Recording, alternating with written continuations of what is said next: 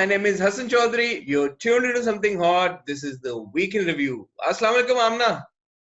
वालेकुम हसन, आज तो बड़े आपने लोगों को इंतजार कराया है पूरा हफ्ता। यार हमने इंतजार कराया, लेकिन हमने पिछली वीडियो में ये बता भी दिया था कि हम अगले हफ्ते आएंगे, लेकिन लोगों का प्यार है, हम बहुत अप्रिशिएट करते हैं। बहुत बहुत बहुत शुक्रिया। उन्होंने बहुत पूछा, पूरा हफ्ता वो पूछते रहे कि कहाँ गया हमारा रिव्यू। तो उसके जवाब में मैं यही कहना चाहूंगा कि हमारी हर वीडियो की तरह ये वीडियो भी आपने आधी नहीं छोड़नी, शुरू से लेके एंड तक देखिएगा। एंड में हम अनाउंसमेंट करेंगे अपने रिव्यूज को लेके। अच्छा, मैं ये कहना चाहूंगी कि रात को जिसने हमारा लाइव इंस्टाग्राम सेशन देखा, उन्होंने कहा कि जी बड़ी एनर्जी थी और बड़ा कैंडिड था, बड़ा मजा आया ये सब कुछ। वो इसलिए था because we were both in personal spaces, हमारे अपने अकाउंट थे और हमें कोई रिहर्स तो ये भी नहीं होता, लेकिन मेरे ख्याल में ज्यादा ही हो गया था। नहीं, अच्छा, मैं जिन लोगों को नहीं पता उनको बता दूं, कल मैं और आमना रात को अपने अपने इंस्टाग्राम पे लाइव थे और फिर हमने कनेक्ट कर लिया था, तो हम दोनों अपने प्राइवेट पर्सनल इंस्टाग्राम से लाइव आए हुए थे। शाहरुख से रिक्वेस्ट करूंगा कि अभी वो चला दे यहाँ पे हमारे इंस्टाग्राम हैंडल्स। अगर आप लोग हमें इंस्टा पे फॉलो नहीं कर रहे तो कर लें, क्योंकि कभी कभी हम वहां पे भी बड़ा शुगर लगाते हैं। बिकॉज हमने बीच में कोई वीडियो नहीं की थी, तो हम बड़ा मिस कर रहे थे अपने प्यारे व्यूवर्स को, तो इसलिए हमने सोचा कि हम उनसे इंस्टा पे ऑनलाइन लाइव जाके गप लगा लें। एनीवे, तो सबसे पहले तो हसन, आपको बहुत रमजान मुबारक हो।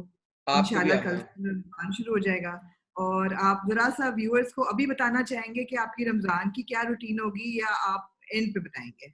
वो हम एंड पे डिस्कस करेंगे। अभी मैं व्यूअर से ये कहना चाहूंगा कि थैंक यू। मैंने पिछली बार आपसे रिक्वेस्ट किया था कि हमारा चैनल सब्सक्राइब करें, तो बहुत सारे हमारे व्यूअर्स ने किया, लेकिन अभी भी, एंड ये हमारे पास स्टैट्स आ रहे हैं तो मैं उनकी बेसिस पे आपको बता रहा हूँ, 60% जो हमारे व्यूअर्स हैं, जो हमारी वीडियोस पे व्यूज आते हैं, वो हमें नॉन सब्सक्राइब व्यूअर्स से आते हैं।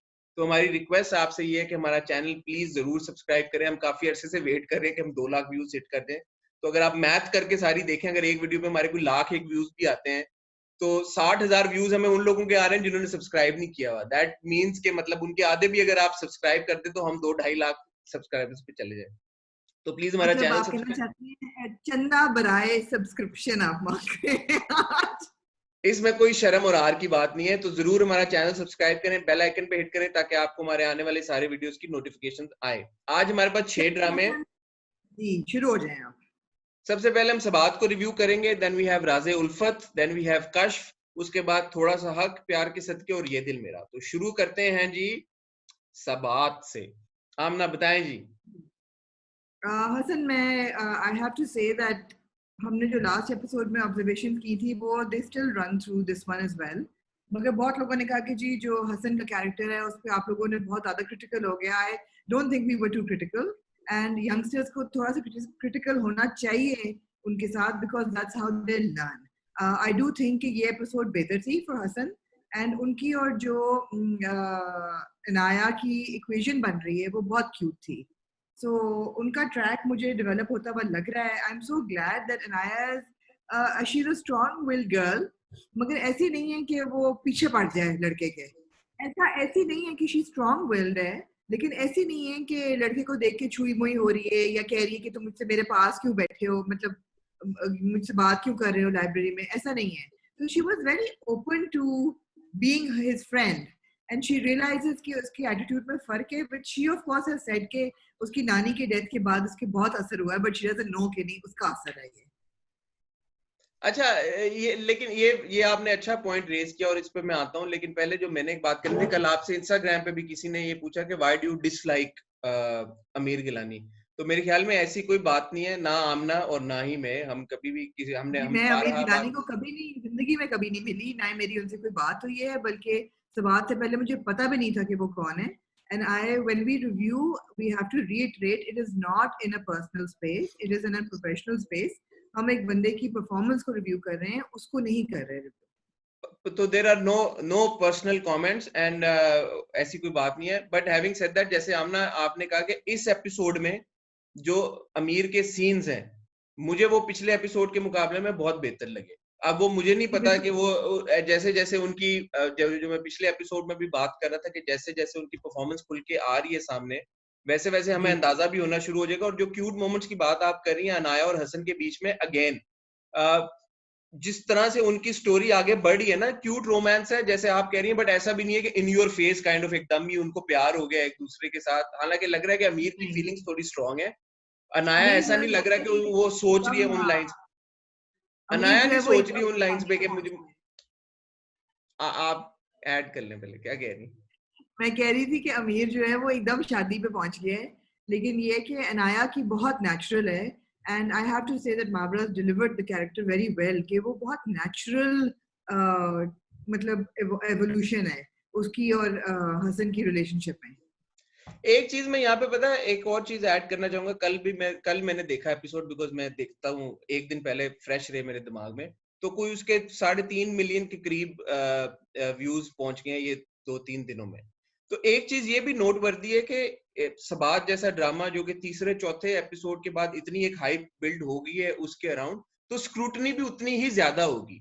जब एक ड्रामा शुरू में ही, और ये बहुत कम होता है कि एक नया ड्रामा आए और तीसरे चौथे एपिसोड में इतना वो बिल्डअप उसका हो जाए, लोग एंटिसिपेट करना शुरू कर दें, उसके बारे में बात करना शुरू कर दें। तो जहां पे तारीफ होगी वहां पे क्रिटिसिज्म भी होगा। मुझे याद पड़ा था कि जब मेरे पास तुम वो शुरू हुआ तो शुरू शुरू में उसके इतने व्यूज थे कि यार कि ओए पहली दूसरी तीसरी एपिसोड के बाद। तो ये एक बड़ी अच्छी बात है कि अगर एक ऐसा ड्रामा शुरू हुआ है कि जिसको शुरू में ही इतनी एक पजीराई जो कहते हैं कि मिलना शुरू होगी और अप्रिसिएशन मिल रही है, तो उसके साथ साथ ऑफ कोर्स क्रिटिसिज्म भी होगा। तो कोई इतनी कोई बुरी बात नहीं है इसमें। What I like is सबात की स्टोरी जो है उसके बहुत टीयर्स बन रहे हैं. It's not flat and that's very good. Especially in मिराल्स कैरेक्टर. हम कभी कहते हैं ना कि यार ये बंदा ऐसा क्यों है, ये इतनी अखड़ क्यों है, इतनी स्नॉब क्यों है. एक चीज तो बज़ाहिर नजर आ रही है कि बहुत पैसे वाली है, बहुत लाडली है, माँ बाप की बहुत बिगाड़ी हुई है. मगर ये भी पता चल रहा है कि जो उसकी नानी थी, उनका जो वो खत था, that was such an interesting little addition, जो कि बहुत कम राइटर्स और बहुत कम डायरेक्टर्स इन चीज़ों को गौर करते हैं कि बैक स्टोरी क्या होती है.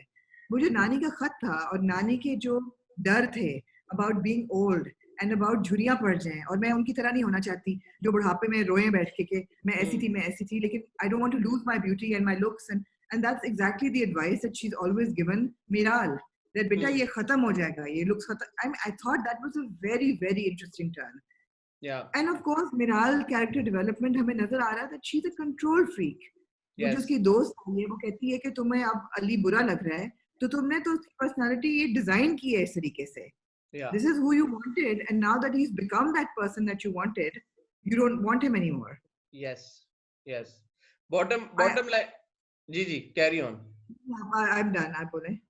बॉटम लाइन ये है कि सबात जो है ना वो एक इंटरेस्टिंग ड्रामा है, हम उसको बड़ा एंजॉय कर रहे हैं, हर एपिसोड के साथ वो बेहतरी की तरफ जा रहा है। तो ये बड़ी खुशाइन बात है कि इन बहुत सारे एवरेज ड्रामों में एक अच्छा ड्रामा निकल के आया कि जिसने ऑडियंस को भी हुक कर लिया और हमें भी हुक कर लिया. So we are really looking forward to the next episode. Anyway. And also, additionally, and I'm also looking forward to again Usman Mukhtar's entry, because I feel that he will be a person who is not going to mold himself according to Miral's want and liking, and he's going to stand up against her, and therefore the attraction will begin. So that's also very intriguing. मतलब मुझे खुशी हो रही है सोच के कि ये एक ट्रैक बनेगा. On the other hand, Inaya की जो आप घर की बात करते हैं वो भी एक आपको नजर आ रहा है कि उसकी बैकग्राउंड क्या है. And again, जैसे मैंने कल इंस्टाग्राम में बोला था, Mavra's purple socks and the highlighter was too cute. अच्छा, द हाइलाइटर वाज क्यूट. जो जो पहला रेड वाला जो था ना वो मुझे नहीं समझ आया. मैंने कहा ये क्या है, ये निशान क्या है. तो फिर जब सेकंड सीन में गए ना, जो पिंक वाला हाइलाइटर यहाँ लगा था, तो उससे मुझे समझ आया कि अच्छा वो ये पिंक हाइलाइटर है तो वो रेड हाइलाइटर होगा. तो पहला वाला मुझे नहीं समझ, दूसरे से मुझे हुआ. मुझे हाइलाइटर ही नजर आया था, लेकिन वो बड़ा क्यूट सीन था. ऑल्दो मुझे समझ नहीं आई कि वो काफी प्रोग्रेसिव उनका घर दिखाया हुआ है और अनाया को भी काफी प्रोग्रेसिव बताया हुआ है, मगर why she is stopping her father from working. बड़ी नॉर्मल चीज है कि रिटायरमेंट के बाद मर्द जो है वो प्राइवेट जॉब ढूंढते नहीं हैं. नहीं, मगर वो प्रोग्रेसिव और वो वो प्रोग्रेसिव, वो कंजर्वेटिव नहीं है. वो एक बेटी का या एक बच्चे का अपने पेरेंट की तरफ वो है कि आप क्यों जा रहे हैं, मैं जो हूँ I will take care of you. So I don't think वो प्रोग्रेसिव और कंजर्वेटिव वाला पॉइंट है. हम तो अपने अब्बू कहते हैं प्लीज लिखते रहें और कार्टून बनाते रहें और काम करते रहें, इसलिए कि we know that as long as he is working he is happy. हाँ हाँ, ठीक है. तो as I said, powerful episode, waiting for the next one. अब आते हैं राज़े उल्फत की तरफ. मैं चाहूंगा कि जितनी टीम है राज़े उल्फत की, उन सबको इस मुल्क का हाईएस्ट अवार्ड दिया जाए। ये एक उन्होंने ऐसा जबरदस्त ड्रामा क्रिएट किया है, writing top notch, performances top notch, बहुत जबरदस्त, बहुत एंजॉयबल ड्रामा है, बहुत मजा आता है उसको देखने में। अगर आपने अपना तंजिया और इंट्रोडक्शन खत्म कर लिया हो तो अब जरा सही तरह बताएं कि आपको ये एपिसोड कैसी लगी। तंजिया नहीं देखें, तो एक आखिरी सीन था ना एपिसोड का, वो तो उसकी वो थी, जेनत था, लेकिन उस पे हम आखिर में आएंगे। जो हमारी प्यारी हैं सहबा नबी खान, उनका हमें जी मिडिल नेम भी इस एपिसोड में पता चला। उन्होंने कुछ ऐसे जबरदस्त आइकॉनिक आइकॉनिक आइकॉनिक डायलॉग्स बोले हैं कि मुझे वो लिखने पड़े और मैंने साथ में लिखा सहबा खान जेम्स। ठीक है जी। जी ले बता जेम पेश कीजिए। जेम नंबर 1, जब ये सहबा खान और हमारी प्यारी मुश्क जब मुश्क को वो ड्रॉप ऑफ कर देती हैं गाड़ी, जब वो ठुक जाती है, उनकी सारा सीन होता है हीरो के साथ, हीरो गाड़ी से निकलता है और हीरो को नाम पता होता है सहबा नबी खान का। तो सहबा नबी खान कहती है कि इसको मेरा नाम कैसे पता है, बट एनीवे वो सिचुएशन डिफ्यूज हो जाती है उस वक्त। वो लोग घर पहुंच जाते हैं, घर जब पहुंच जाते हैं तो सहबा नबी खान का फोन आता है मुश्क को, और वो मुश्क से पूछती है कि मुश्क मैंने तुमसे गप लगानी है। वो मुश्क कहती है वो हेलो मेरे घर फोन आ गया, तो मेरे घर तो टीवी देखना अलाउड नहीं है, फोन पे बात करना तुम्हें सोच मेरे वहमो गुमान में भी नहीं है, हमारे तो मोबाइल ही नहीं है पास, तो कैसे हो गया ये। वो कटाने की कोशिश करती है और सहबा खान वहां पे बोलती है मुझे तुम्हारी बहुत फिक्र हो रही थी, मैं तो तुम्हारे बारे में सोचती रही, सो ही नहीं सकी, नींद नहीं आई, तुम ठीक तो सब कुछ है। वो कहती है हाँ हाँ मैं ठीक हूँ, अम्मी थोड़ी परेशान हो गई थी क्योंकि मुझे देर हो गई थी आधा घंटा। तो आगे से सहबा खान कहती है ये पेरेंट्स भी ना बहुत ही अनोइंग होते हैं, हर बात पे स्ट्रेस हो जाते हैं और हमें परेशान कर देते हैं। पहला जेम नंबर 1। फिर आगे से वो कहती है उसको सहबा खान, वो जब वो मुझे कहती है ना यार कि you know I will talk to you later, मैंने अभी अब्बू के लिए, अब्बू जी के लिए चाय बना दी है। तो कहती है अभी अब्बू जी आए नहीं है और तुम चाय बनाने की पड़ गई हो, कौन से जमाने की पैदावार हो तुम, तुम्हारे जैसी लड़कियां पुराने जमाने के उर्दू नॉवेल्स में दिखाई देती हैं, दिखती हैं, मतलब पुराने नॉवेल्स में दिखती हैं। अब वो बंदा सोचे कि पुराने नॉवेल्स में दिखती कैसे हैं, ये सहबा नबी खान ही आपको बता सकती है। अच्छा वैसे फिर it's okay, I feel that's fine. अच्छा, अच्छा चलें, पर मुझे उनकी स्टाइलिंग इतनी पसंद है, जिस अंदाज से वो गुफ्तगू करती हैं कि दिल खुश हो जाता है। फिर वो कहती हैं सबसे जो उन्होंने पर्टिनेंट सवाल पूछा है, सारी बात हुई, उन्होंने कहा जी मैंने अब्बू के लिए चाय बनानी है। उसने कहा कि अच्छा इतनी जल्दी क्यों चाय बना रही हुई है वो ब्ला। उसने कहा अच्छा नहीं प्लीज मुझे जाने दो, मुझे चाय बनानी है। इस पूरी गुफ्तगू से, चाय बनाने से सहबा नबी खान ने क्या रियलाइज किया भला, क्या किया हमने रियलाइज? नहीं पता। पूछती है आई थिंक तुम्हारे घर का माहौल थोड़ा बैकवर्ड है। मैं आपके साथ थोड़ा सा इख्तिलाफ करूंगी, इसलिए कि जो उनका डिफरेंस ऑफ स्टेटस दिखाया हुआ है उसमें बड़ा नॉर्मल है उसका सोचना कि आपके यहाँ आपका माहौल बड़ा बैकवर्ड है, और फोन करना उसके लिए कोई बड़ी बात नहीं है, वो तो मोबाइल पे कर रही है। और मैं उसके साथ भी आइडेंटिफाई कर सकती हूँ कि ये हमारे साथ भी बचपन में होता था कि हम फोन उठाते थे और एक्सटेंशन पे अम्मी बातें सुन रही होती थी। और तो मेरी वो प्यारी बहन, और मेरी प्यारी बहन, आपके बचपन में और मुश्क के बचपन में कुछ इक्का दुक्का साल का फर्क है।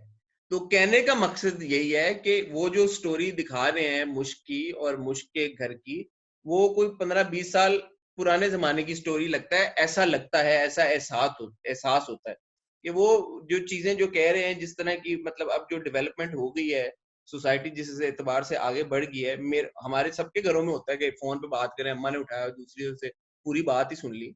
तो ये हुआ है, बहुत बार हुआ है, लेकिन अब कहाँ होता है, आजकल के दौर में क्या होता है। तो ये मतलब जो जो वो सेटअप दिखाया हुआ है ना, जिस किस्म के वालिद साहब बताए हुए हैं मुश्के, उन ऐसे घरों में ऐसा होता है। आप थोड़ा सा समझने की कोशिश करें, we not talking about the middle class और the upper middle class, we talking about a strata of society जहाँ पे माँ बाप बहुत कंट्रोलिंग है और ऐसे होता है। और मुश्क के जो वालिद साहब हैं ऐसे वालिद साहब भी होते हैं और इससे भी बदतर होते हैं। सो दीज अच्छा, people exist. What my problem is and I am going to discuss this before आप दोबारा मजाक उड़ाएं। My problem is the जो एक कॉन्सेप्ट ऑफ क्लास बता रहे हैं ना, कल भी हमने इंस्टाग्राम पे ये बोला था, they're showing मुश्क की family to be a lower middle class family. ठीक है, उसमें उसकी अम्मा जो है वो बरामदे में बैठ के अपनी सिलाई मशीन चला रही हैं और वो अपनी चूड़ियां बेचने गई हैं ताकि वो फीस दे सकें। मगर जो वो घर दिखा रहे हैं, that is not a lower middle class family house. that is a pretty okay upper class house. So that visual confusion is more disturbing for me. As a critic, I object to that, what they're showing. कोई lower middle class family बैठ के इस ड्रामे को देखेगी, वो कहेगी कि यार मैंने भी अपनी चूड़ियां बेची थी, मेरा तो घर ऐसा नहीं है, मेरा घर ऐसा होना चाहिए, मेरा घर ऐसा क्यों नहीं है? They're not depicting what they're trying to show. That is a bigger objection I have. तो जो मेरी जो कॉन्वर्सेशन थी अभी पहले कि ये फोन और ये पेरेंट्स और इस तरह के, तो ये वही उसी तनाजुर में थी कि इतना कोई टिपिकल ये हाउस होल्ड लगता नहीं है from the outside. From the inside इसके डायनामिक बिल्कुल ही अलग तरह के हैं. तो वो आउटसाइड और इनसाइड के डिफरेंस के जो डायनामिक है, उस वजह से बंदा थोड़ा कंफ्यूजन का शिकार हो जाता है. और अभी तक मैं समझ नहीं पाया. साइज देखें, उनका किचन का साइज मेरे किचन से डबल है. उनका ड्राइंग रूम, उनका गार्डन, उनका हर चीज, it's huge. How is this lower middle class conservative family? That is my objection, because that reflects poorly on the direction and the production. अच्छा, सबसे एक और जबरदस्त जो इनका सहबा खान जेम था, वो ये था जो कि उन्होंने डायरेक्टली नहीं बोला, वो मुश्क ने अपनी बहन को बताया. मुश्क अपनी बहन को कहती है, यार मैं तो फैन हो गई हूँ सहबा खान की, यार वो क्या ही बंदी है यार, वो बंदी क्या बातें करती है यार, वो जीनियस है वो लड़की. और दो वो पॉइंट बताती है, दो बातें शेयर करती है. एक कहती है, तुम्हें पता है, सहबा कहती है कि हम लोगों के रेस्पिरेटरी सिस्टम तो अलग हैं, तो फिर वालिदैन क्यों चाहते हैं कि हम उनकी मर्जी से सांस लें. और वो उसकी बहन भी कहती है, क्या गहरी बात की है. और तुम्हें पता है, सहबा ये कहती है कि हम सब लोगों के दिमाग तो अलग हैं, फिर हमारे वालिदैन क्यों चाहते हैं हम उनकी मर्जी से काम करें.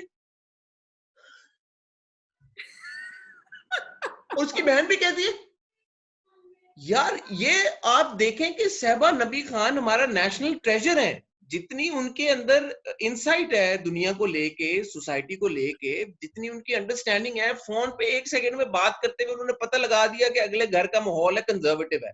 अब उनको पता है कि अगले घर का माहौल उनके जबान में बैकवर्ड है और कंजर्वेटिव है. खुद उनको पता है कि उनके घर का माहौल कंजर्वेटिव है, फिर भी रात को 9:30 बजे अपनी गाड़ी चला के और टिप टॉप मैडम बन के उनके घर पहुंच गई है कि हेलो, मैं तो ऐसे ही आई हूँ आंटी मिलने, मेरा मिलने का दिल चाह रहा था मुझसे. कमाल हो गया. सहबा खान जो है, उन जैसे कैरेक्टर्स हमें चाहिए. हमें बहुत अशद जरूरत है उन जैसे कैरेक्टर्स की, ताकि वो हम सबको एजुकेट कर सके सोसाइटी के. कुछ जरूरी मोड़ थे आज की, कल की एपिसोड में, इस हफ्ते की एपिसोड में. उनमें से एक ये था कि अगर आप इस्माइल के हाउस होल्ड में आए, अगेन इस्माइल वो बंदा है जो कर्जा ले रहा है अपनी बीवी के इलाज के लिए. आप उसका घर देखें, ये दासी वाला घर है, और भी कई जगह इस्तेमाल. अच्छा, वो कोर्ट यार्ड बड़ा जबरदस्त था. कोर्ट यार्ड बहुत मैंने जब देखा दूसरे एंगल से, कोर्ट यार्ड बहुत जबरदस्त था. ऐसा घर मुझे मिल जाए, मैं तो कुछ और मांगू ही ना जिंदगी में. आप वो घर का साइज देखिए, लोअर मिडिल क्लास है. What are they showing? Have they not done any research? मुझे बड़ी आग लगती है इस चीज में. The classism is, I mean the class depiction is just all wrong. Anyway, उसके बाद इंपॉर्टेंट चीज दिखाते हैं कि जो मेडिकल केयर गिवर है, वो जब उसको पता चलता है कि मोहिनी घर पे अकेली है और बच्चे ट्यूशन गए हैं और भाई गया है बीवी को लेके अस्पताल, तो वो जनाब साहब अपना बक्सा पैक करके वहां पहुंच जाते हैं. उनको टची फीली करते हैं. हाँ. देख के कि एक मेंटली चैलेंज लड़की है, हाँ. मगर जवाब में प्यारी है. So let's just get a bit sort of, you know, हैंजी with her. This is a very real reality. This is a very real reality. This is a very sorry reality. Yeah, in any society that was an important thing. मगर फिर जो इस पूरी episode का जो एक highlight था, आप ये बताएं हसन कि आप कहेंगे आपका बीमार लोगों से ताल्लुक रहा है, which is no joke. अल्लाह माफ करे, which is no joke, but I have been through my mother's cancer treatment. ठीक है जी. जो पेशेंट है, दुनिया में कहाँ होता है कि आप पेशेंट को ना बताएं कि उसको बीमारी क्या है.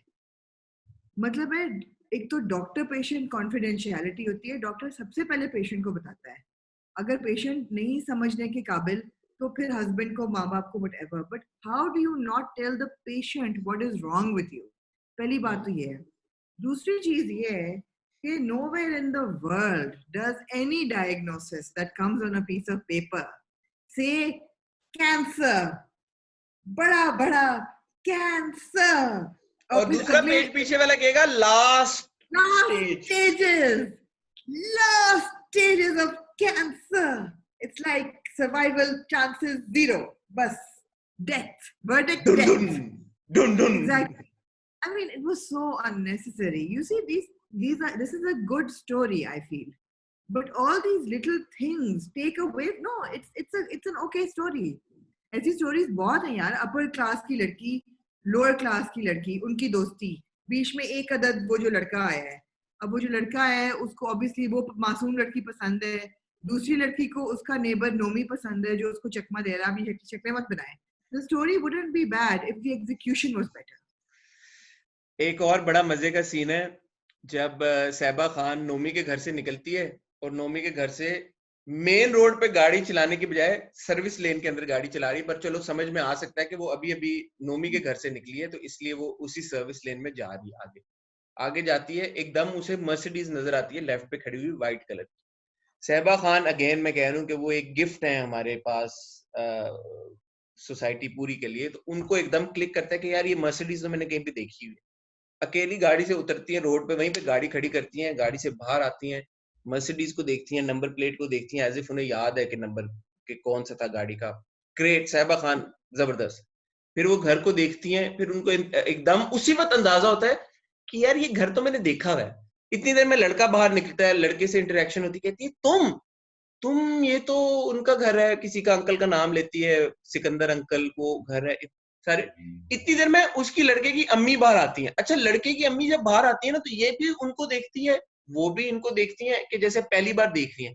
फिर लड़के की अम्मी उसको कहती है तुम सहबा हो ना. वो आगे से कहती है गजाला आंटी. अरे हाँ गजाला आंटी, अरे तुम सहबा है. मैं ये वो है ना, ये इर्तिजा है, मैंने तुम्हें बताया तो था.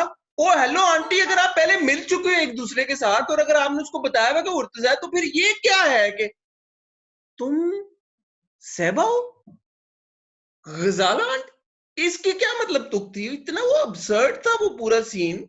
ये वो इर्तिजा है ना जो पिछले महीने अमेरिका से आया, मैंने तुम्हें बताया जो था. आपको समझ आ रही है कुछ? अगर आ रही है तो मुझे समझाएं. मुझे ये इतनी चीजें बॉदर नहीं कर रही जितना वो कैंसर और क्यों नहीं वो कर जो रही आपको ये क्यों नहीं कर रही? मैं देखे इसकी एग्जीक्यूशन जिस हिसाब से हुई भी ना, पता नहीं वो मैं शायद जब देखता हूँ जो सहबा खान के डायलॉग्स हैं, जो जो जो राइटिंग है यार, मतलब ये क्या राइटिंग है, ये क्या राइटिंग है ये.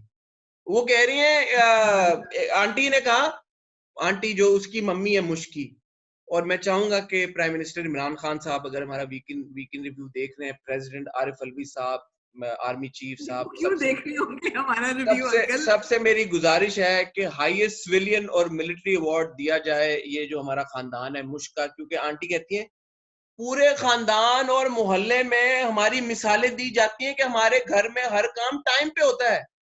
टाइम, यार क्या मिसाल दी जाती है आपके घर की यार. पूरे पूरे खानदान और मोहल्ले में इस बात की मिसाल दी जाती है कि हमारे घर में हर काम टाइम पे होता है. वो यार कमाल हो गया. मैं तो कहता हूँ कि छा गई हैं वो. उनको सबको तमगा इम्तियाज, निशाने हैदर, प्राइड ऑफ परफॉर्मेंस, सारे अवार्ड उनके घर भिजवाए. वो इतनी बड़ी अचीवमेंट है कि उनके घर में हर काम टाइम पे होता है. तो लोग मिसालें दे रहे हैं. चीजें बॉदर कर रही हैं. पता नहीं फिर आपको, आप मेरे ख्याल में एंजॉय करनी है राज़ी उल्फत, आपको मुबारक हो, आप देखा करें. आप मैं उसका एंजॉय नहीं कर रही. मैं एंजॉय नहीं कर रही, लेकिन मेरे ख्याल है कि इतना को मजाक उड़ाने वाली बात नहीं है जो मतलब नहीं मुझे नहीं नहीं होगी. मेरी सेंसिबिलिटीज को अपील नहीं कर रहा ये ड्रामा. एंड में जाते जाते सहबा खान ने एक और बड़ा खूबसूरत डायलॉग बोला और मैं राइटिंग की दोबारा तारीफ करना चाहूंगा. मेरी मोहब्बत एक तूफान की तरह है, अगर कोई सामने आया तो उड़ जाएगा, और मैं चाहती हूँ कि उसकी मोहब्बत भी मेरे लिए तूफान की तरह हो. इस तरह की जो राइटिंग है, इस तरह के जो डायलॉग्स हैं, आज से 30-35 साल 40 साल पहले लिखे जाते और बोले जाते तो शायद वो अच्छे प्लीज. लगते. अब मैंने चेंज हो गया. कवर स्टोरी खत्म की है कि 80s में कितने अच्छे ड्रामा लिखे जाते थे. 30-35 साल पहले तन्हाइयां लिखा गया था, उसमें ऐसी राइटिंग नहीं है. ये नहीं, तो आपको तो पसंद आ रही है राइटिंग, आप तो कह रही हैं कि सही है राइटिंग. मैंने ये आपको बिल्कुल नहीं कहा. मैंने ये बिल्कुल नहीं कहा कि मुझे राइटिंग पसंद आ रही है. It's a poor production. It is a poor production. मगर जो आप मजाक मतलब जिन चीजों को कहते हैं ये होती हैं चीजें. दैट्स व्हाट आई एम अच्छा, सेइंग. ये मेरी सेंसिबिलिटीज को अपील नहीं हो रहा तो शायद मैं जो है देखना छोड़ दूं. Anyway, moving on to Kashf. Again a very good episode Kashf का. बट एक चीज जो मुझे नहीं समझ आई पूरे एपिसोड में, वो ये नहीं समझ आई कि हर बंदा हर वक्त कश्फ को क्यों ब्लेम कर रहा है? उसने अगर ख्वाब देखा है और वो ख्वाब सच हो गया है, तो क्या लोग ये समझ रहे हैं कि कश्फ जो ख्वाब देखती है वो सच हो जाते हैं and not the other way around, कि जो सच होना होता है वो उसको ऑलरेडी ख्वाब में नजर आ जाता है? एग्जैक्टली आपने you have hit the nail on the head. It is not के ख्वाब वो देखती हैं जो चीज होने वाली होती है, वो जो ख्वाब देखती हैं वो चीज हो जाती है. और बिकॉज वी नो कि हम ख्वाब वो देखते हैं जो हमारी सबकॉन्शियस में होता है, इसलिए अगर कोई गलत चीज हो या कोई ट्रेजेडी हो और वो ख्वाब देखे और वो हो जाए, इट मीन्स के the girl is cursed and she वो बदनीयत रखती हैं या बुरी नीयत रखती हैं लोगों के बारे में. फॉर एग्जाम्पल उन्होंने शमाइला के लिए बुरी नीयत रखी, जो उसके दिमाग में थी वो उसको ख्वाब आया and by some stroke of bad luck वो पूरा हो गया. वो ये नहीं सोच रहे कि चीज होने वाली का वो ख्वाब देख रही है, वो कह रहे हैं कि वो अच्छा, जो ख्वाब देखती है वो पूरा करता है. ये आपने, thank you for clarity, because मेरे अगले 3-4 पॉइंट सारे इसी से रिलेटेड थे. तो ये अगर आपने बात क्लियर कर दी है तो मेरे लिए ये ड्रामा क्लियर हो गया और मेरी और रिस्पेक्ट बढ़ गई है राइटर और डायरेक्टर के लिए, कि अगर वाकई में ये है, मुझे नहीं पता, अगर वाकई में ये सिचुएशन है तो ये है इसलिए कि अगले एपिसोड का प्रोमो है ना, उसमें जब वो पुप्पो जो उसकी होती है, मैं नाम उनका भूल गई हूँ, जो पुप्पो होती है वो उनका जो मियाँ होता है, वो मतीउल्ला मतीउल्ला गंदा आदमी जो होता है, वो उसको पूछता है वो कारी को जो मस्जिद में एक डूबिया सा फिर रहा होता है, हाँ कि क्या मतलब है तुम्हारा. कहते हैं जो जो वो ख्वाब देखती है वो पूरा हो जाता है. हाँ. मीन्स के नॉट के वो देख लेती है कि क्या होने वाला है, नहीं, जो वो अच्छा, वो ख्वाब देखती है वो एक पूरा और हो इसमें, जाता है. अच्छा बोलते ना. एक और इसमें मसला भी है ना, एक और मसला भी है. From religious point of view, you can not show anybody who can predict the future. ये हो ही नहीं सकता, हमारे मजहब में इस बात की इजाजत नहीं है कि कोई फ्यूचर प्रिडिक्ट कर सके. तो उस हिसाब से भी जो उसको ख्वाब आते हैं वो ये नहीं हो सकते कि जो आगे होने वाला वो उसको पता चल जाए. नहीं नहीं, I disagree with you there. Nobody can predict the future. Of course, nobody can. और हाथ पढ़ना और वो तोतों से वो निकालना वो सब is फाल. not allowed. फाल निकालना is not allowed. लेकिन ख्वाबों की ताबीर पूरा साइंस है जो कुरान में भी है. हजरत यूसुफ की पूरी कहानी, हजरत यूसुफ की पूरी कहानी जो है वो ख्वाबों की ताबीर थी. हदर यूसुफ राइट. की, यस. हजरत यूसुफ की एंड में पूरी कहानी ख्वाबों की ताबीर थी पूरी और कहानी, ख्वाबों. हाँ, पूरी कहानी नहीं, एंड में उनको आते हैं. अच्छा, हाँ, एनीवे. तो ख्वाबों की ताबीर is very much part of religion. It's not about predicting the future और anything. It's about to getting मैं यही, आपको जिसका इल्हाम आना या वो होता है. इल्हाम है बिल्कुल मजहब तो में. मैं आपकी बात से एग्री कर रहा हूँ ना. मैं ये कह रहा हूँ कि जो आप बात कर रही हैं वही है, वो ये, it's not the other way around, कि जो फ्यूचर में होना होता है वो उसको ख्वाब में आ रहा है, उसको जो ख्वाब में आता है उनकी ताबीर उसको पता चल जाती है कि ये इस तरह से हो. वो बात मुझे अच्छा, समझ आ गई. दूसरा दूसरा सवाल जो हम बार बार पूछ रहे थे कि जी दादी जो है वो इनके क्यों रह रही हैं, वो इसलिए नहीं हाँ, रह रही कि वो रोब जमा रही हैं राशदा पे या जो भी, वो हाँ, इसलिए रह रही है कि ये उनका घर है. घर ही उनका है. मैं क्रेडिट देना चाहूंगा हमारे व्यूवर्स को जिन्होंने हमारे पिछले रिव्यू में कमेंट करके बता दिया था कि ये घर दादी का है, इसलिए वो लोग वहां पे रहते हैं. इसलिए दादी उनके साथ है नहीं, क्योंकि वो लोग बेसिकली दादी के घर में रहते एग्जैक्टली, हैं. तो दादी के गुड साथ है. Job viewers. जी, good job viewers and we finally got to it as well. अच्छा, सो एनीवे, जो आपने बॉटम लाइन है कि पिछले हफ्ते आपने पॉइंट रेज किया था कि वो जो बहनों का सीन है आपस में, तो वो हमने जी देखा है कि इस एपिसोड में और खुल के नजर आ रहा है कि वो जो छोटी वाली बहन है वो उसकी फुल नजरें उसने जमाई हुई हैं वजदान के ऊपर. और अगले एपिसोड के प्रोमो में से हमने ये भी देखा कि वो दादी को कहती भी है कि अच्छा ठीक है, अगर उनको नहीं पसंद आ रही, वो नहीं पसंद आ रही ताई को या जो भी, तो हमसे भी तो बहुत प्यार करती है वो. तो वो फुल अपनी हमने सेटिंग बहुत कराने पसंद में. किया. दादी ने भी ये कहा है कि बेहतर है कि खानदान में से लाओ, कम से कम देख के तो कहते हैं ना छाव छाव में हाँ, फेंकेगी हाँ, खानदान हाँ, वाली. वो हाँ. पूरा सेटिंग उसने कर ली है. और जो शहजादा है वजदान है, वो जो है वो बेचारा कोशिश कर रहा है to save his relationship with Kashf, लेकिन वो होगी नहीं. हाँ, वो ठीक होगी है. नहीं और वो ट्रैक सारा अच्छा था. और मुझे आपको उसने फिर दोबारा कश्फ ने इस एपिसोड में भी एक ख्वाब देखा कि जो हम्म. वजदान है वो मजार पे धमाल डाल रहा है हाँ, और एक किस्म का ही लॉस्ट हिज सेंसेस. हाँ. अब देखते हैं कि ये किस तरह इस ख्वाब की ताबीर कैसी होती है. देखते हैं. Again very good episode.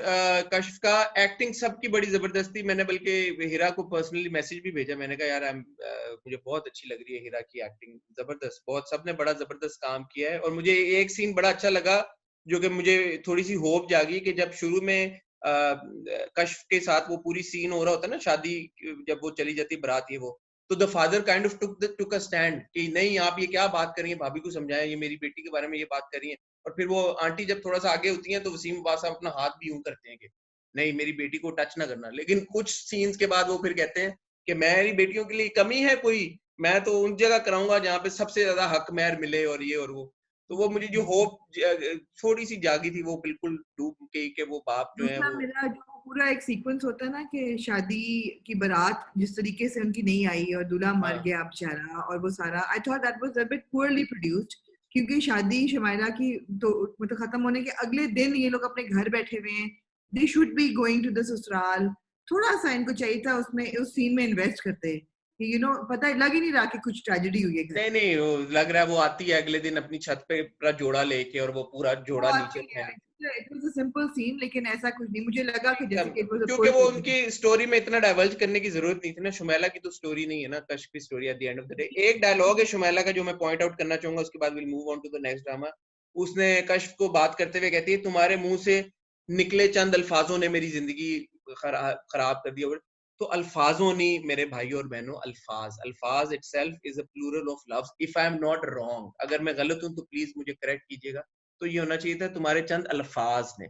तो इन चीजों का थोड़ा सा हमें ख्याल रखना चाहिए राइटिंग में और dialogue. I didn't like those two women who were standing in the गली का कोना and saying कि ये तो ख्वाब देखती है वो बुरे, तो इसको ऐसे लोगों को, लड़कियों को तो मोहल्ले से निकाल देना चाहिए इन लोगों को। I mean why? मतलब अच्छा मोहल्ले चले, से ये एक ट्रिवियल चीज है और हमारे पास ड्रामे ज्यादा और वक्त थोड़ा कम है, तो इसलिए लेट्स तो मूव ऑन टू जी थोड़ा सा हक। जी आप बड़ी परेशान हुई कल थोड़ा सा हक देख के, क्यों? मैं नहीं कुछ बोलूंगी, मेरे आप शुरू नोट्स हो कहाँ जाए। हैं थोड़ा सा हक के? पहले मैं मैं I notes. have nothing to say about it. It was so bad. It was so bad why? that I want to meet, not just talk Zoom. I want to meet Mr. Adil Razak, जो writer हैं थोड़ा सा हक के, कि उन्होंने क्या सोच के थोड़ा सा हक लिखा और उनकी जिंदगी में उनके साथ क्या हुआ है जो वो ऐसे ड्रामा लिखने पे मजबूर हो गए। अच्छा, अब आप तो वो शख्सियत है, अजीम शख्सियत के जिन्हें राज़े उल्फत सही लगा है, तो थोड़ा सा हक से आपको क्या प्रॉब्लम है? एक सीन। आप बड़े खबासत कर रहे हैं, मुझे राज़ी उल्फत बिल्कुल सही नहीं लगा। सिर्फ मैंने कहा कि जो आप पॉइंट्स रेज कर रहे हैं वो ट्रिवियल है। जो ट्रिवियल है तो और फिर क्या मैं मतलब पॉइंट रेस एनीवे। अरे मेरे भाई वो तो ट्रिवियल थोड़ा पॉइंट है, थोड़ा सा ये हक, तो पूरी स्टोरी जो है वो ट्रिविया है भाई। थोड़ा सा हक शुरू होता है। हरीम जो है वो अपने मामा पापा का घर छोड़ के निकलती है काली प्राडो में, और काली प्राडो का एसी नहीं चल रहा था इसलिए उन्होंने शीशे नीचे किए हुए थे और कैमरा वहां पे लगाया हुआ था, क्योंकि काली प्राडो में मसले चल रहे हैं, आपको पता है, वो तो हमारे वकार ताऊ को खा भी गई थी। तो वो काली प्राडो का एसी उन्होंने शीशे नीचे किया, वो है वो फोन वॉइस नोट भेजती है कि फोन करने के बजाय वॉइस नोट भेजती है, ये भी एक यूनिक बात है। तो ठीक है, आजकल मियाँ बीवी ऐसे बात कर लेते होंगे कि मैं घर आ रही हूँ तुम घर ही रहना। वो निकला था कहीं जाने के लिए, वो गाड़ी मोड़ता है, घर जाता है परेशान, और उसको लगता है कि वो पहुंच गई वहां पे, लेकिन वो नहीं पहुंची भी होती। तो वो पूछता है शहर से अम्मी कहाँ है क्या है, ये सोचते हुए कि शायद वो आ गई है, लेकिन वो नहीं आई। कट टू 2 ही सेकंड बाद वो मिठाई का डब्बा लेके आती है और मिठाई प्रेजेंट करती है और गुड न्यूज देती है, तुम बाप बनने वाले हो। अब मेरा एक सवाल है आपसे, क्योंकि आपका ताल्लुक रह चुका है इस तरह की गुड न्यूज के साथ, तो ये बताएं, जब वो गुड न्यूज देती है जामिन को कि तुम बाप बनने वाले हो, तो जामिन शॉक में क्यों चला जाता है कि इसने मुझे ऐसी बात बोल दी है कि ये तो मुमकिन ही नहीं है? ऐसा उसका अच्छा आई एम एक्सप्रेशन। सॉरी, मैंने कभी किसी को नहीं, मुझे कभी किसी ने नहीं कहा कि आप बाप बनने वाली हैं। आप बताएं कि जब आपको कैसे, मतलब हाउ वुड यू रिएक्ट, मतलब मैं आप ऐसा बताएं। मैं क्योंकि मेरी दूसरी बीवी कोई नहीं है, तो अगर मेरी कोई अगर ऐसी सिचुएशन होती कि एक बीवी कह रही होती कि आप बाप बनने वाले हैं, तो मेरा इंस्टेंट रिएक्शन ये ना होता कि मैं दूसरी बीवी को देख रहा हूँ। सॉरी, मतलब फिर लोग कहते हैं कि हम ट्रिविलाइज करते सॉरी हैं और हम। Sorry, strike one for Hareem. हाँ, मुझे ऑनेस्टली लोग कहते हैं कि हम फिर ट्रिविलाइज करते हैं, हम मजाक उड़ाते हैं या हम लाइंस क्रॉस, बट मुझे कोई जेन्युइनली लोग इस नहीं चीज। कहते, लोग बड़े खुश होते हैं कि आप मजाक उड़ा रहे नहीं, हैं। मुझे जेन्युइनली समझाए ना कि अगर एक इंसान को उसकी बीवी ये कह रही है और उसकी 2 शादियां हुई हुई हैं and it's really awkward situation to begin with, but उसकी बीवी उसको ये कह रही है कि तुम बाप बनने वाले हो, तो बजाय उसका फर्स्ट रिएक्शन ये होता है कि रियली दैट्स ग्रेट न्यूज, वो दूसरी बीवी को देखता है और कहता है, अजीब सी शक्ल बनाता है कि ये कैसे वो हो गया। दिल में ही कहता है सॉरी। मतलब that was why is he so guilty? फिर हसन फिर मुनज़्ज़ा ताई कहती है असूली तौर पे तो तुम्हें ये खुशखबरी उससे पहले देनी चाहिए थी, तुम्हारा निकाह तो पहले हुआ था। और आगे से कहती है क्योंकि तुम बदनीयत थी। मुझे नहीं पता कि कभी बदनीयती से कंसेप्शन या कंसीव करने का कोई ताल्लुक हो। वो अच्छा बदनीयत थी। अब अगेन मैं राइटिंग, अच्छा या तो हम बहुत डिटेल में चले जाते हैं या ये सरफेस पे उन्होंने लिखे होते हैं। दोनों में से एक चीज हो सकती है ना, दोनों में से एक चीज हो सकती है। या तो हम बहुत निटी ग्रिटीज में चले जाते हैं और हम समझने की कोशिश करते हैं कि अगर ये डायलॉग लिखा गया और ये राइटिंग हुई है तो ये क्यों हुई है और किस वजह से हुई है। या जो राइटर्स हैं वो एम ही लिख देते हैं डायलॉग, अच्छा हमने अपना वो टोटल पूरा करना है, ये हमने लाइन लिख दी है, अल्लाह अल्लाह खैर सला, आगे चलो और आगे ड्रामा पूरा करो। आप मुझे बताएं कि जब मुनज़्ज़त आई उसको कहती है कि तुम बदनीयत थी, इसको एक्सप्लेन करें कि क्या बदनीयती की है उसने, कि उसकी नीयत खराब थी, उसने नीयत खराब थी। हाँ, कि वो उसकी नीयत खराब हो गई जामिन को देख के, उसने उसके साथ निकाह कर लिया जबरदस्ती। कैसे कर लिया? जामिन हरीम वाज सहर was nowhere in the picture. जब जामिन हैदराबाद गया है और मिलने गया है, जामिन के अपने बाप ने उसको कराया, तो मुनज़्ज़त आई उसमें फंसी हुई है कि सहर बदनीयत। सहर ने क्या बदनीयती की है बताएं मुझे? कोई बदनीयती नहीं की उसने। हसन जानी मेरी जान, आप लॉजिक ढूंढ रहे हैं, थोड़ा सा हाथ में लॉजिक। लॉजिक मैं कहती हूँ इस ड्रामे के लिए एक लफ्ज़ है मेरे पास। पूछें? क्या बताएं? टॉक्सिक। टॉक्सिक है ये ड्रामा। आप मुझे ये बताएं कि हरीम बाजी जो है वो मिठाई लेती हुई पहुंच गई है, उसके पीछे पीछे जो राबिया ताई हैं वो भी पहुंच जाती हैं, और वो जो है जाते हुए कहती है कि इस छोटे से गलीज घर में मेरी बेटी कैसे रहेगी। आप मुझे फिर बताएं। अच्छा, इस हफ्ते मेरा फोकस जो है ना वो घरों पे और क्लास कॉन्शियसनेस पे है। मैनू ऐ दसो, ये कहाँ से घर आपको गलीज और छोटा लग रहा है? लग रहा है कहीं से मैंने गलीज और आपसे छोटा? पिछले हफ्ते मैंने आपसे ये सवाल पूछा था, तो आपने कहा था इन कंपैरिजन हाँ, क्योंकि पूल शूल नहीं है और फवारे नहीं है और छोटा कह सकते हैं, छोटे से घर में कैसे रहेगी या अपार्टमेंट में कैसे रहेगी? गलीज कहाँ से हो गया? स्पार्कलिंग क्लीन है उसके फर्श, है अच्छा गलीज घर में क्या? अच्छा, इससे भी बड़ा आपकी फीलिंग इससे कैसी है कि रामिन के बारे में आपको क्या ख्याल है कि उसने शहर को अपने बेडरूम से निकाल दिया है? आप मेरा जरा अब सवाल आपसे यही है कि यार के ये क्या है, ये क्या मतलब है कि एक औरत जिसको आप लेके कन्विंस करके लेके आओ कि मैं तुम्हारे लिए अलग घर सेट करूंगा, सब कुछ सारा कुछ कर करा के, और इवेंचुअली आप उसको निकाल रहे हो कमरे से। What is this? मुन्नत कहती है तुम ना किचन के फर्श पे सो जाना। नहीं नहीं, एक्चुअली हम ऐसे जालिम लोग नहीं है, तुम ऐसा करना ड्राइंग रूम के सोफे पे सो जाना। Why अच्छा, couldn't Hareem sleep with Munazat Ai? exactly my question.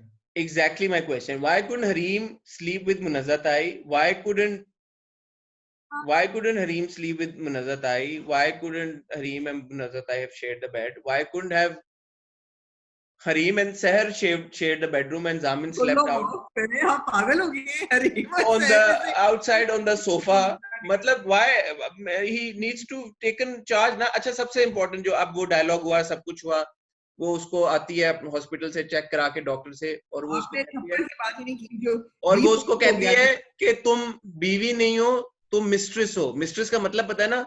रखेल। अब एक बात मुझे बताएं, मिस्ट्रेस को बीप आपने नहीं किया, रखेल को आपने बीप कर दिया, इसकी क्या लॉजिक है?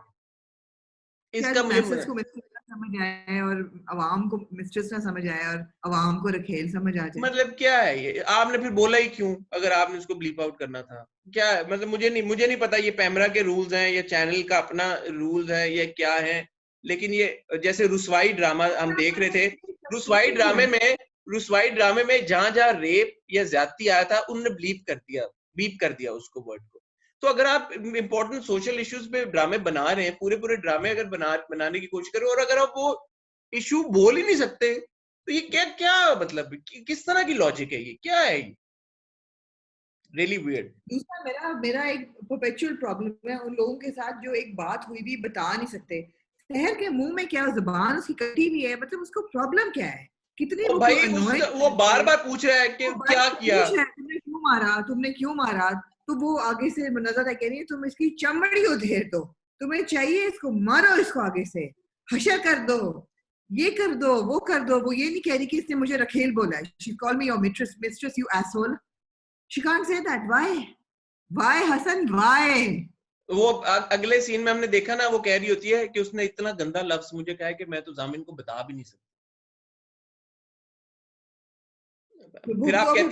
फिर आप कहती हैं कि ऐसे होती हैं स्टोरीज सोसाइटी में, ऐसे बाप भी होते हैं जो सख्त हों, ऐसी बीवियां भी होती हैं जो अपने मियाँ से बात ना कर सकें, तो होती हैं। फिर वही बात है। मैं जैसी और सहर जैसी खवातीन को मैं नहीं जानती, मैं उन जैसों को जानती हूँ, ऐसों को मैं नहीं जानती। अच्छा, फिर जो एक क्लासिक सीन था कि between all of this, like इस सब के बीच में जो जामिन है वो हरीम को डॉक्टर के पास लेके जाता है उसके पहले चेकअप के लिए, प्रेगनेंसी के। तो वो कहती है कि अब ये प्रेग्नेंट हो गई है, तो अब ना मैं बताती हूँ, इसको मूड स्विंग्स भी होंगे, क्रेविंग्स भी होंगी, और ये इमोशनली भी इम्बैलेंस हो जाएगी। प्रेगनेंसी में लड़कियों के साथ ऐसा होता है, तो आपने इसका बहुत ख्याल रखना है। मैंने कहा हेलो डॉक्टर साहब, इमोशनल इम्बैलेंस और मूड स्विंग्स तो इनको बचपन से हो रहे हैं, प्रेगनेंसी में तो ये पागल हो जाएंगी, इसका मतलब है। हाँ, एनीवे और फिर उनको होती क्रेविंग रात को चॉकलेट खाने की, और फिर वो आइसक्रीम खाने जाते हैं। आइसक्रीम खाने चले जाते हैं और वहां पे वो पूरा टाइम इरिटेटेड और अनॉयड रहता है उसके साथ, और सोचता उसकी बीवी, दूसरी बीवी के बारे में, जिसको अभी वो ठुट करा के आया है इसके साथ आइसक्रीम कराने। ऑल ओवर द प्लेस, कुछ समझ नहीं आ रही। It's such a bizarre and awkward situation कि इंसान की एक बीवी अपने घर थी और दूसरी बीवी के लिए उसने घर लिया, और वो दूसरी जो बीवी थी वो अपना घर छोड़ के आ जाती है जबरदस्ती इधर रहने, और वो इंसान फिर अब खैर एनीवे चले, moving on to all we need, I'm sorry, before you proceed, all we need is for Harim to miscarry now, that's all. जी। वो अगले एपिसोड के प्रोमो से हमने देख लिया कि उनको धक्का तो दिया नहीं सहर ने, लेकिन वो उछल के बेड पे जाके गिरी है, और अल्लाह माफ करे, खुदा न खासा, अल्लाह मेरी तौबा, ये एक मैट्रेस के ऊपर गिर के मिस कैरी करने का शायद पहला कोई इंसिडेंट हो, तो you never know. Anyway, moving on to Pyaar Ke सदके। Hassan, can you excuse me from watching this toxicity next week? If you will excuse me from watching Raaz-e Ulfat, sure. Let's move on to Pyaar Ke सदके for now. उल्फत आपने कहा था देखने को, मैंने कभी नहीं कहा था। मैं तो कह रहा हूँ कि छोड़े, मैंने नहीं देखना अगले हफ्ते। आए ना प्यार के देखिए सदके पे, आए प्यार के जी, सदके। प्यार के सदके पे मैं सदके। हाँ, अच्छा, कल आपने को जब हम लाइव गए तो आपने वो बात की, और हम उस पे आते हैं। मुझे मुझे वो जिनसी तालीमात, जिनसी मुझे तालीमात। मुझे ऑनेस्टली कल रात को जब मैंने एपिसोड देखा, मुझे उसमें कोई चीज और नहीं लगी, और मुझे बड़ा ना एक इनफैक्ट लगा कि बड़ा पर्टिनेंट एक मैसेज डिलीवर करने की कोशिश की गई है। जो Absolutely, absolutely. जो जो I पहला agree. पहला सीन है ना, पहला सीन, एंड यहाँ पे I would like to go back to your interview with Umair Rana, in which he said के no no absolutely not, he this guy is not a villain, और he is just a black character, and he is absolutely a villain. I don't know what his Yes, definition of being a villain is yes, and what I your agree. I definition of agree. Being a villain is, but जितने I agree. Creepily आके कल उन्होंने server ने महाजबीन के साथ कंधे पे हाथ रखा और फिर टची फीली होने की कोशिश की, that was really creepy. But on the Yes. Flip side, very well executed, very well directed, very well written, very well performed by Yumna and Umair Rana, excellent job। उसके बाद वाला जो सीन है ना, जिससे हमें अब ये अंदाजा हुआ कि महाजबीन इतनी कोई बिंबो नहीं है, उसको पता है कि when there is a good touch and when there is a bad touch, ठीक है, तो ये उसके सिस्टम चल रहे हैं, जो कि बड़ी अच्छी बात है। And मैं आपको रोक रही हूँ, या इस एपिसोड में बहुत इंपॉर्टेंट थीम थी सेक्सुअल हरासमेंट की, which I feel was executed in such a good way because it doesn't make you feel depressed, it makes you feel angry. And the message is that usually harass करने वाला बंदा आपके जानने वाला होता है, और आपको he is in a position of authority, and in the sense कि आप नहीं बोल पा रहे, नहीं बता पा रहे, again ज्यादातर सेक्सुअल हरासमेंट के केसेस ऐसे ही होते हैं। अच्छा, अगर फॉर एग्जांपल कोई कम उम्र के बच्चे ये ड्रामा देख रहे हैं ना, मतलब कम उम्र का ये मतलब नहीं है कि 4-5 साल के, बट लेट्स से 9-10 साल के, तो उनके लिए बड़ा अच्छा मैसेज है कि उनको बगैर आप एजुकेट करें एक तरह से यार, कि there is good touch and there is bad touch, ठीक है। तो हसन, जब मैंने आपको जिनसी तालीमात कहा था तो मैंने मजाक में तो नहीं कहा था। I thought it was very well executed. अच्छा, मुझे लगा आप मजाक उड़ानी है। अच्छा, वो सीन खैर मैं जो बात कर रहा हूँ, उसके बाद जो सीन आता है and you see Mahjabeen struggle when she is about to tell Abdullah कि यार के वो हाथ लगाता है और वो कहता है कौन कौन कौन, और इतनी देर में बाप उसका आ जाता है, और फिर जो उसका सर्वर का रवैया अब्दुल्ला के साथ, उसको ऐसे मुंह पकड़ के और करके, तो वो एकदम अपने शेल में चली जाती है कि एक तरफ उसको अपने मियाँ को प्रोटेक्ट भी करना है और अपने रिलेशनशिप को अपने मियाँ के साथ भी प्रोटेक्ट करना है, क्योंकि उसको पता है कि अगर वो अब्दुल्ला को सच बता देगी तो ये सर्वर जो है ये नाजायज फायदा उठाएगा और जो गुस्सा और जो सारी चीज होगी, खुन्नस अपनी, खरांडपन, वो अब्दुल्ला पे निकालेगा। तो उसकी वो जो कॉन्फ्लिक्ट है ना जो नजर आ रही है, वो बड़े अच्छे तरीके से कन्वे की गई है। सो क्रेडिट टू फारूक भाई एंड यमुना कि उन्होंने वो कन्वे किया है कि यार कि अब ये वो डिलेमा में चली गई है कि अब मैं क्या करूं, मैं बताऊं या ना बताऊं, क्योंकि हमें अक्सर समझ नहीं आती कि ये क्यों नहीं बता रही। इस केस में समझ आ रही है कि वो क्यों नहीं बता रही। और दूसरी चीज ये है कि the other good thing is that Yamuna की जो पर्सनालिटी जो माजबीन की बताई हुई है, कभी कभी मुझे लगता है it's a very far fetched character, it's a bit of a caricature of a character, मगर it's a very good way of giving a serious message. क्योंकि मैंने देखा था डर सी जाती है सिला, उसमें भी शी इज हरास्ड बाय जोई मामू, जो घर में मामा होता है, played by very well by Noman Ejaz, and he is a sexual harasser. और उसकी माँ को भी किया आता है, इसको भी करता है, प्रॉपर हरासमेंट, रेप टाइप की सिचुएशन होती है। And she is constantly weeping and crying through out the drama. तो वो बंदा देख देख के ना फटीग हो जाती है, आपको एज अ व्यूअर आपको इतना ट्रॉमा और इतनी डिप्रेशन देख के फटीग हो जाती है। यहाँ पे ये है that they have handled the theme so well, because in a light-hearted manner they are giving you this really serious message, and it's a great way to convey it. मैंने जब आपको कहा था जिनसी तालीमात, sex education, this is a great way of giving it. तुम हाथ लगाते हो, मुझे बुरा नहीं लगता, वो लगाते हैं, मुझे बुरा लगता है। Again, what you said, good touch, bad touch, excellent, अच्छा, excellent message. इस सीन के फौरन बाद जब सर्वर उसको फोर्स करता है कि चलो मैं तुम्हें घर ले जाऊं सब कुछ, वहां पे जो माजबीन का रिएक्शन है ना, वो मुझे समझ नहीं आया। मैं चाहता था कि माजबीन उसी जोन में रहे, अपने सीरियस वाले उस जोन में जिसको उसको समझ आ रही है कि यार ये कि ये रूड हो रहा है, ये रूड नहीं मतलब हरास कर रहा है मुझे।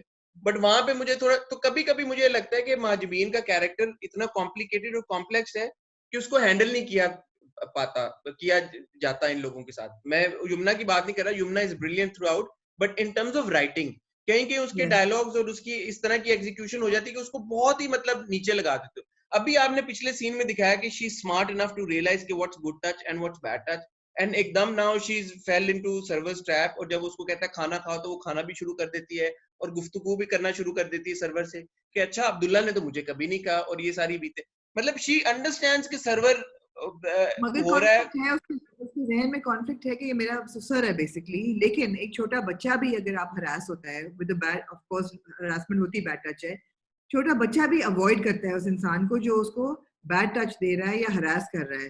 So why she easily goes with him again. You right, absolutely right. वो सीन वो कहती है बाद में कि ओ अंकल जी बस कर दें, मैं कब से आपको बर्दाश्त कर रही हूँ, आपकी बातें सुन रही हूँ, और हाँ फिर वो उसको घर लेके जाता है। हाँ। सो या that was a bit of a poor and thing. Of course सबसे क्यूट मोमेंट उस सारी चीज में ये है कि जब उसको एंड में फूड पॉइजनिंग हो जाती है वो खाना खा के, और वो उसको उल्टी आना शुरू हो गई हैं, तो अब उसने हर तरफ पिला दी कि मैं माँ बनने वाली हूँ, and everybody believes her now. और वहां पे वो कंफ्यूजन क्रिएट हो गई है, Sarwar is really really really upset. अगले एपिसोड के प्रोमो से हमने देखा, और वो अब्दुल्ला को बताता है और अब्दुल्ला कहता है फासला ही है, तो मतलब अगर फासला है तो फिर ये माँ कैसे बनने वाली है। तो he goes and has a conversation with युमना's कैरेक्टर माजुबीन, और माजमीन कहती है हाँ मैं तो बनने वाली हूँ, तो वो फिर उसको पकड़ के बाहर ले गया। तो अगले एपिसोड उस पॉइंट ऑफ व्यू से इंटरेस्टिंग हुई, थोड़ी सी कॉमिक एलिमेंट मुझे लग रहा है अगले एपिसोड में, तो looking A forward. comic element was also Majubeen's conversation with her mother. और जो मैं कही थी ना कि अगेन मोर जिनसी तालीमात, जो वो कहती है ना कि तुम वो सर्वर तुम्हें क्यों हाथ लगाता है, तो वो कहती है क्यों, मतलब तो कहती है तुम्हारा मियाँ और उसके साथ पीट करके नहीं सोना। इट्स लाइक आप भी तो पीट करके सोती हैं। एंड शी गोज हाँ हमारी उम्र में चलता है। I mean, I thought that was a very sensitive discussion done well. Cute moments cute moments cute moments. done very cutely कि मियाँ को खुश रखो, which I felt was a bit okay. मियाँ को खुश रखो, the feminist in me was like you भाई, but हाँ मियाँ को खुश रखो, and it was all innuendo, but it was well done innuendo, और मैंने कहा काफी उन्होंने liberties ले ली हैं उस थीम हाँ, की। बिलाल को मैंने मुझे थोड़ा पसंद मिस आया। किया इस एपिसोड में, लेकिन बिलाल के 2-3 सीन्स थे इंटरेस्टिंग। जी जी, क्या कह रही हैं आप? नहीं तो ये कि when she hugs Bilal from the back, I thought that was जबरदस्त, great chemistry between the जबरदस्त, two of them. और जिस बहुत तरह वो बहुत स्ट्रॉन्ग केमिस्ट्री है दोनों के बीच में वो भाई, बहुत बहुत स्ट्रॉन्ग स्ट्रॉन्ग। था। मगर मैंने आपको कल एक सवाल कहा था, आपने उसकी रिसर्च करके आनी है, आपने की या नहीं?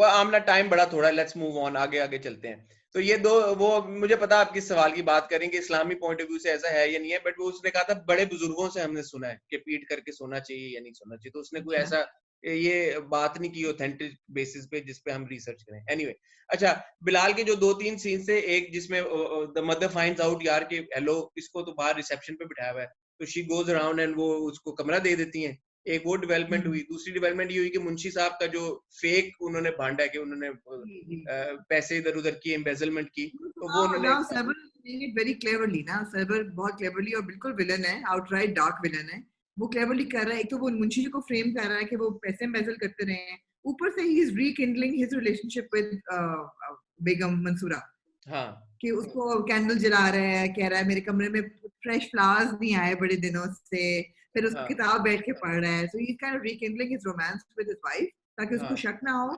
मगर उसको शक हो गया है, बिकॉज वो कहती है कि वो सर्वर क्यों गया है माजिबीन को हाँ, ड्रॉप करने, तुम्हें जाना तो वो चाहिए था।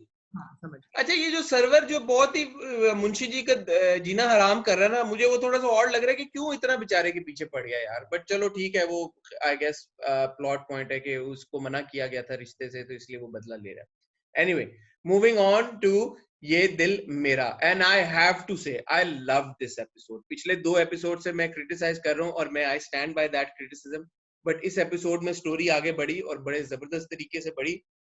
शुरू में हम इंट्रोड्यूस हुए लकड़हारा अमान से, हमारा फेवरेट काइंड ऑफ अमान वापस आया लकड़ियां उठाते हुए, और हमने देखा जी कि ऐना जो है वो जा रही है बाहर, वो कहता है चलो मैं साथ चलता हूँ, तो वो कहती है नहीं, जो सबूत है वो मैंने खुद ही इकट्ठे करने हैं, और वो निकल पड़ती है। एंड आई हैव टू अपने से बेगुनाही की सबूत। एंड आई हैव टू से सज्जल लुक सो प्रिटी, और वो पूरा जो सीन है, सीक्वेंस है, वो खूबसूरती, जगह की खूबसूरती, एक तो दरिया है, पीछे पहाड़ है, सब्जा है, ऊपर से सज्जल, I think that was so well shot and everybody looks so good. बहुत खूबसूरत सीन था, प्लस सज्जल की इस एपिसोड में, you know this episode belong to Sajal. उनकी जो इंटरेक्शंस हुई हैं वहां पे, एक पहले बंदे के साथ हुई, फिर नीचे बंदे के साथ हुई घर के बाहर, जब वो देखती है कि यार ये तो मेरा ही पुराना घर है। आई थिंक उसको वो रियलाइजेशन हो गई है कि ये मेरा कोई ताल्लुक है इस घर के साथ गहरा, शायद उसको वो हल्की हल्की वो जो मेमोरी आना है वो अब वापस आना शुरू हो और गई है। मैंने अपने आप से ये सवाल पूछा कि वो इतनी छोटी नहीं थी है ना कि उसको कुछ भी याद ना हो, मतलब मुझे तो अपने बचपन की चीजें याद हैं, 5 साल लेकिन की फिर मैं थी। इसका 5 से बड़ी थी वो बच्ची जो दिखाई हुई है, वो 7-8 साल की है, लेकिन 5 साल पे भी आपको चीजें याद होती हैं। हाँ हाउएवर उससे ज्यादा मैंने जवाब अपने आप को खुद ही दिया कि जो ये उनकी थेरेपी कराते रहे हैं ना पूरी जिंदगी, आगा जान जो थेरेपी कराते रहे, मुझे लगता है कि he suppressed his her memory by medication और समथिंग। हो सकता है, पॉसिबल है, पॉसिबल है, शायद इसीलिए अमान जो है उसको लेके आया ताकि उसकी मेमोरीज रिवाइव हो खुद ही से। पॉसिबल है, ये पॉसिबल है। बट अगेन बिल्कुल। तो उसको वो रियलाइज होता है कि वहां पे वो बंदा उसको कहता है कि यहाँ पे जो है वो कत्ल हुआ था, कुछ लोग कहते हैं कि कत्ल हुआ है तो रूह भटकती है, और ये वो ग्रेट, इस तरह की स्टोरी सुनने में, देखने में हमेशा बहुत मजा आता है, तो बहुत मजा आया, बहुत सीन को एंजॉय किया। दूसरी तरफ अमान जो है वो उसी जगह पे जाता है जहाँ पे एक्सीडेंट हुआ होता है। अब कुछ लोग क्रिटिसाइज करने को हम ये कह सकते हैं यार कि तब तो वहां पे कुछ भी नहीं था, खंडर दिखाया है, सब कुछ दिखाया है, और अब तो वहां पे रोड बिल्कुल चेंज हो गई है, यू नो। बट फिर अगर हम ये बोले तो फिर ये बोले कि यार अच्छा आप लोग जब उन्होंने 20 साल बाद चेंज दिखा दिया तो आप कह रहे हैं सब चेंज हो गया, और अगर आप बोले कि नहीं खंडर था वैसा, तो फिर आपने कहना था कि 20 साल हो गए अभी भी वो रोड वैसी है, कुछ चेंज नहीं हुआ। तो इंटरेस्टिंग, इंटरेस्टिंग वहां पे उन्होंने वो चेंज I दिखाया। thought that his acting was really, really moving at that moment when he says, वो याद करता है, वो कहता है कि वो जल के मरे होंगे तो उनको कितनी तकलीफ हुई होगी, and you feel his pain, you feel his pain। और लास्ट एपिसोड में जो हमें लगा था कि वो इतना प्यार करता है अन्ना से कि शायद वो माफ कर दे, he wants to save her from that hurt, but इस दोबारा because उसकी छोटी बहन की बर्थडे के दिन होता है, एनिवर्सरी होती है उसकी बर्थडे, तो वो कहता है कि नहीं मैं माफ नहीं करूंगा, मैं छोड़ूंगा नहीं इस शख्स को। हाँ तो अच्छा, one can completely relate to it। अच्छा प्राडो लेके, व्हाइट प्राडो लेके जब आहद पहुंचता है, जब एना अपने घर से निकल के भागती है परेशान होके, तो आहद की शर्टों का मसला अभी तक चल रहा है। आहद की शर्ट वहां पे कुछ और होती है, बाय द टाइम वो घर पहुंचते हैं, प्राडो से उतरते हैं, आहद की शर्ट मिराकुलसली चेंज हो चुकी होती है। तो मैं अपने ख्वातीनो हजरात, व्यूवर्स और आपको ये बताना चाहूंगा कि हमारे प्यारे एहसन तालिश जो डायरेक्टर हैं ये दिल मेरा के, कल मैंने उनका इंटरव्यू किया, बड़ा डिटेल्ड इंटरव्यू किया है, और इस सवाल का जवाब उन्होंने दिया है कि आहद की शर्टें क्यों चेंज होती हैं बार बार, और ये कंटिन्यूटी के मसले क्यों होते हैं, और भी उनसे टफ सवाल पूछे हैं सारे। जितने कंसर्न से सारे रेज के उन्होंने सबके जवाब दिए। ये इंटरव्यू हम चलाएंगे इंशाल्लाह संडे को रात को 8 बजे। तो अगर आपने चैनल सब्सक्राइब नहीं किया जरूर करें, बेल आइकन पे हिट करें ताकि आपको उसकी नोटिफिकेशन आए। एनीवे जी, मूविंग ऑन आमना। उनकी शर्ट से ज्यादा जरूरी ये था कि जब एना लड़खड़ाती हुई उतरती है, and she is bewildered and she's getting these recollections of her childhood and she's thinking of her mother, उनको अपनी माँ की आवाज आ रही है वहां पे, तो she goes and she holds on to Aman instinctively. वो या जो एक प्यार और मोहब्बत है वो हमने पहले भी कहा था ओवरनाइट खत्म नहीं हो जाता. She instinctively clings to him and she says मुझे क्या याद है, मेरा क्या ताल्लुक है, and then she goes back and she calls बुआ जी. ठीक है। अच्छा, मैं और दूसरी तरफ नैटी खाला को जो है तस्वीरें मिल गई हैं, अमान ने भेज दिया है और उन्होंने सुबह की फ्लाइट बुक करा दी है। अब यहाँ पे दरियाबाग में तो हद से ज्यादा ठंड है और सर्दी है, उन्होंने जैकेट शैकेट पहनी हुई है। न्यूयॉर्क में उनके अपार्टमेंट में एसी चल रहा था पीछे, वो एक अलग कॉन्वर्सेशन है जो हम फिर किसी टाइम करेंगे। बट ये सारी डिस्कशन हुई है एहसन भाई के साथ। और एक सवाल जो मेरे दिमाग में है, बाकी जो मैंने 2-3 सवाल पिछले रिव्यूज में रेज किए थे, मैं उनकी डिटेल में अभी इसलिए नहीं जा रहा उनको क्लैरिफाई करने, बिकॉज मैंने एहसन भाई से पूछे हैं। तो अगर मैं उनको अभी डिस्कस करना शुरू करूंगा तो वो हमारा इंटरव्यू खराब हो जाएगा। तो संडे को आपने वो इंटरव्यू जरूर देखना जो मैंने पूछा था कि एना क्यों रुकी है पीछे, why didn't she leave with her father, why didn't Mir Farooq take her forcefully. और सबूत तो हमेशा जो बंदा इल्जाम लगाता है उसने देने होते हैं, तो एना बेगुनाही के सबूत कैसे ढूंढे? इन सवालों के जवाब एहसन भाई के इंटरव्यू में, तो आप जरूर संडे को देखिएगा।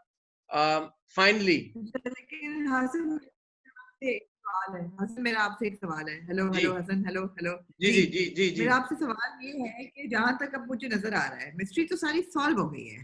फॉर एग्जाम्पल हमें ये था कि जी नीलोफर को क्यों उसकी माँ को क्यों मारा, वो भी अगले एपिसोड के प्रोमो में अगले हमें पता एपिसोड चल overheard the entire conversation and then he will of course have her killed off or will kill her off.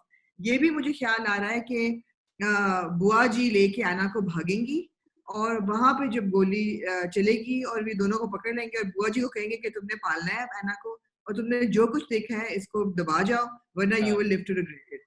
तो ये सारा सीन तो अब क्लियर हो गया है, तो अब कोई एम्बिग्विटी नहीं रही. तो अब क्या अभी लाइक एक दो episodes away from the end of the drama. नहीं जी, ये भी एहसन भाई ने क्लियर कर दिया कि कितने एपिसोड हैं अभी। तो मैं भी नहीं रिवील करूंगा, फिर वो इंटरव्यू का मजा खराब हो जाएगा। आप लोग इंटरव्यू देखें, इंटरव्यू में उन्होंने एग्जैक्टली बता दिया कि अभी कितना और चलेगा, अगला ठीक है एपिसोड आखिरी है या नहीं है, वो उन्होंने बता ठीक दिया। है ठीक ठीक है. है। अच्छा, एक सवाल जो मेरे दिमाग में अब आ रहा है आमना, और मैं इस सवाल पे ये रिव्यू एंड करना चाहूंगा और आपका जवाब और व्यूअर्स का जवाब चाहूंगा। अमान एना को जब हनीमून पे लेके आया था दरियाबाग, ठीक है, और एना की मेमोरीज थोड़ी थोड़ी जागनी शुरू हुई थी जब उसने झूला देखा और सब कुछ किया। Aman went to great lengths to suppress those memories. उसने एक दिन में आके झूला हटवाया और उसका दोस्त कहता भी है यार कि तूने कैसे ये मैनेज कर दिया कि एक दिन में झूला हटवाया, सब कुछ लाया। और एना को उस वक्त ये ऑलमोस्ट फील कराने की कोशिश की that she is losing her mind, कि उसको आवाजें आ रही है वो। Why did Aman let Ana realize and remember all those things then? उसी वक्त ही क्यों उसने उसकी मेमोरीज को नहीं जागने दिया? उस वक्त वो उसको उल्टा पागल फील कराता रहा और वापस ले गया, और अब उसको वापस ले गया। इसका जवाब कोई मुझे दे तो मैं मानूं। मेरे ख्याल है मुझे जो लगा था कि सप्रेस वो करने की कोशिश नहीं कर रहा था. He wanted her to get to the realization herself तो फिर कि झूला यहाँ क्यों हटवाया पे उसने अगले दिन? झूला क्यों हटवाया था उसने? वो तो आई सोचना शुरू हो गई थी, थिंक उसको तो याद आना शुरू हो गया था कि मैं झूला था, मैं गिरी थी यहाँ से, और वो अमान को लेके जाती है, देखो देखो यहाँ पे झूला था। उस वक्त उसने क्यों हटवा दिया वहां से? अच्छा मुझे याद नहीं कि at what point was it after Saira's death, was he like did he have the evidence himself or मतलब because उसको एविडेंस चाहिए ना प्रूफ करने के लिए कि उसने किया था. वो तो चलो उसको बेगुनाही की एविडेंस सबूत नहीं चाहिए, उसको तो मेमोरी। अभी हम यही डिस्कस कर रहे हैं कि वो चाहता है कि एना की मेमोरी वापस आ जाए और वो खुद रियलाइज करना शुरू कर दे सारी चीजें। तो जब हाँ. एना की मेमोरी वापस आ रही थी उस वक्त के ये झूला यहाँ पे था, तो फिर क्यों उसने झूला हटवाया अगले? आई होप ये सब आपने ये दालिश को ये सवाल पूछा होगा. मैंने एहसन भाई से पूछा ये सवाल, मुझे क्योंकि इंटरव्यू के बाद आया ये सवाल याद, तो इंटरव्यू में नहीं है बट उनका वॉइस नोट जवाब मेरे पास है। अगेन वो मैं अभी नहीं शेयर कर सकता क्योंकि वो सस्पेंस खराब हो जाएगा इंटरव्यू का। तो नेक्स्ट वीक में ठीक है आप लोगों के साथ इसका जवाब भी शेयर करूंगा कि एहसन भाई ने इसका क्या जवाब दिया। जबरदस्त एनीवे जबरदस्त. तो अब यहाँ पे इजाजत लेते हैं। मैं दोबारा आप लोगों से रिक्वेस्ट करूंगा, प्लीज 2 लाख सब्सक्राइबर के पास हम फंसे हुए हैं, हमारा चैनल सब्सक्राइब करें। 65% आप लोग ऐसे हैं जो हमारे रिव्यूज देखते हैं और सब्सक्राइब नहीं करते। मैं दोबारा आपसे रिक्वेस्ट कर रहा हूँ, प्लीज हमारा चैनल सब्सक्राइब करें, बेल आइकन पे हिट करें, ताकि आपको जैसे एहसन भाई का इंटरव्यू आ रहा है उसकी और आने वाली सारी वीडियोस की नोटिफिकेशंस आए। और as far as the review is concern, Aamna, एक तो ये कि रमजान में इंशाल्लाह हम अपना जो टाइम है वो 8 बजे से 9 बजे का शिफ्ट कर रहे हैं, बिकॉज 8 बजे हमारा रिव्यू आता है, 7 बजे रोजा खुलता है, एटलीस्ट कराची में खुलेगा 7 सवा 7। तो वो थोड़ा सा टाइम हम देंगे आपको कि आप आराम से रिलैक्स हो जाएं, और 9 बजे के करीब हम अपना रिव्यू रिलीज करेंगे ताकि आप देख जी सकें। दूसरा, जी बहुत सारे लोगों ने हमने रिक्वेस्ट की है कि मिड वीक रिव्यू या वीकेंड इन रिव्यू या ये चीज वापस लेके आए। Based on your feedback on today's video will take a decision कि अगले हफ्ते हमें एक ही करना है दोबारा, या आप चाहेंगे कि हम मिड वीक रिव्यू करें या वीकेंड करें। पर्सनली मैं चाहता हूं कि हम एक ही रिव्यू वीडियो करें, आमना भी यही चाहती है कि हम एक ही रिव्यू करें, बट आपके फीडबैक पे डिपेंड करता है कि आप क्या कहते हैं। ठीक है, thank you very much once again for tuning in, और आपका प्यार और आपके कमेंट्स का बहुत बहुत बहुत शुक्रिया। अब आपसे मिलेंगे आप based on your feedback either somewhere in the middle of the week और नेक्स्ट फ्राइडे इंशाल्लाह। संडे को एहसन तालिश का इंटरव्यू आएगा, जरूर देखिएगा, सब्सक्राइब करें। खुदा हाफिज।